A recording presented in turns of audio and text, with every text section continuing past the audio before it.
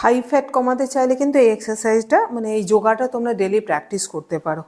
প্রথমে একটা পাকে আমি বাঁ পাটা সামনে রেখেছি, বাঁ পাটাকে এভাবে সামনে রেখে দেবে, ডান পাটাকে একদম স্ট্রেট পিছন দিকে দিয়ে দেবে, চলে গেছে পিছনে।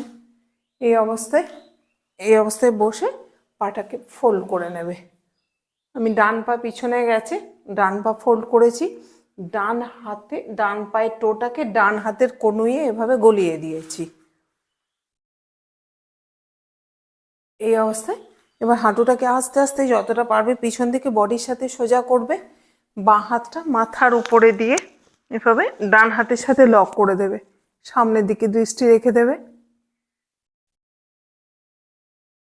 এই অবস্থায় বেশ কিছুক্ষণ যদি স্টে করো তাহলে এখানে থায়ে চাপ পড়বে। আর যারা মনে হচ্ছে এভাবে হাতটাকে লক করতে পারছো না, তারা পাটাকে এভাবে সোজা করবে, এখানে কনুয়ে হাতটাকে লক করে দেবে, এই হাতটাকে এভাবে সোজাও রেখে দিতে পারো।